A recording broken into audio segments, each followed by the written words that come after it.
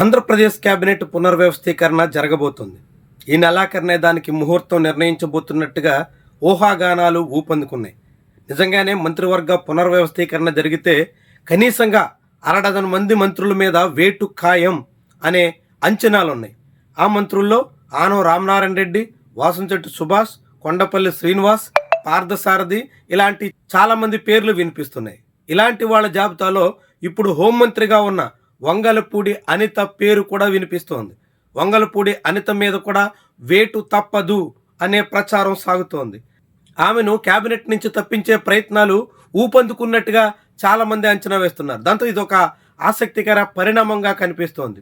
నిజానికి వంగలపూడి అనిత రెండవసారి పాయకరావుపేట నుంచి ఎమ్మెల్యేగా గెలిచారు. 2014లో తొలిసారిగా గెలిచిన ఆమె 2019లో ఇప్పుడు తూర్పుగోదావరి జిల్లాలో ఉన్న కొవ్వూరు అసెంబ్లీ నియోజకవర్గం పరిధి నుంచి బరిలో దిగారు. అక్కడ ఓటమి పాలయ్యారు. మళ్ళీ 2024లో సొంత గూటుకు వచ్చారు. పాయకరావుపేట నుంచి రెండోసారి అసెంబ్లీకి ఎన్నికయ్యారు. వెంటనే ఆమెకి మంత్రి పదవి దక్కింది.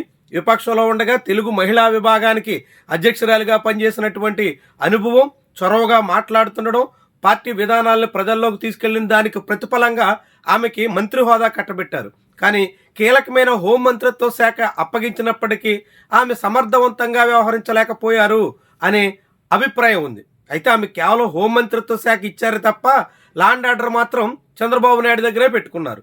ముఖ్యమంత్రి దగ్గర లాండ్ ఆర్డర్ ఉండగా కేవలం హోం శాఖకు సంబంధించినటువంటి వ్యవహారాలతో అనిత పెద్దగా సాధించే అవకాశం లేదు. అయినప్పటికీ రాష్ట్రంలో జరుగుతున్నటువంటి పరిణామాలకి ఆమెను బాధ్యురాలను చేసి పక్కన పెట్టే యోచనలో ప్రభుత్వ పెద్దలున్నారు అనే అభిప్రాయం వినిపిస్తోంది. అందుకే ఇప్పుడు ఆమెను హోంమంత్రిత్వ శాఖ నుంచి తప్పించడమే కాకుండా మొత్తం కేబినెట్ నుంచే పక్కన పెట్టేసే యోచనకు వచ్చారు అనే అభిప్రాయం కనిపిస్తుంది. ఇటీవల చాలామంది ఆమె పనితీరు మీద అసంతృప్తి వ్యక్తం చేశారు. నేరుగా డిప్యూటీ సీఎం పవన్ కళ్యాణ్ అయితే హోంమంత్రిత్వ శాఖ తానే బాధ్యతలు తీసుకోవాల్సి వస్తుంది అన్నట్టుగా హెచ్చరించారు. ఇట్లాంటి చాలా పరిణామాల తర్వాత ఇప్పుడు వంగలపూడి అనిత మీద వేటు వేసే పరిస్థితి వస్తే ఆమెకు మరింత గడ్డు కాలం తప్పదు అనే అభిప్రాయం వినిపిస్తుంది. ఇప్పటికే సొంత నియోజకవర్గం పాయకరావుపేటలో ఆమె అనేక రకాల అవస్థలు ఎదుర్కొంటున్నారు. ముఖ్యంగా బల్క్ డ్రగ్ పార్క్ నిర్మాణం కారణంగా ఆమెకు వ్యతిరేకంగా ప్రజలు పెద్ద స్థాయిలో కదులుతున్నారు. దాని తాకిడి నియోజకవర్గం వ్యాప్తంగా కనిపిస్తోంది.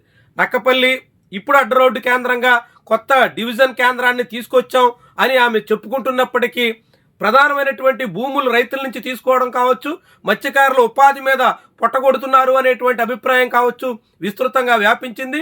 వంగలపూడి అనితకి అనేక రకాల సమస్యలు తీసుకురాబోతోంది.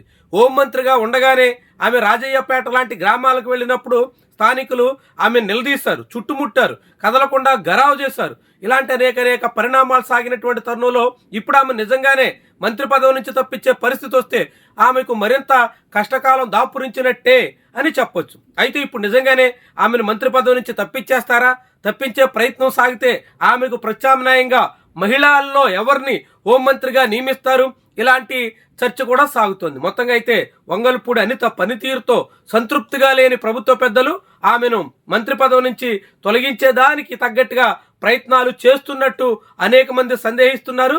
ఇప్పటికీ అలాంటి సంకేతాలు మంత్రి కూడా ఉన్నట్టుగా కూడా చాలా మందే భావిస్తున్నారు. మరి ఈ పరిస్థితుల్లో రాష్ట్రంలో ఎలాంటి పరిస్థితి వస్తుంది, ఏ రీతిని సాగుతుంది చూడాలి. గతంలో జగన్మోహన్ రెడ్డి హయాంలో కూడా సరిగ్గా ఇదే రీతిలో 2 మహిళా నేతలు హోంమంత్రులుగా పనిచేశారు.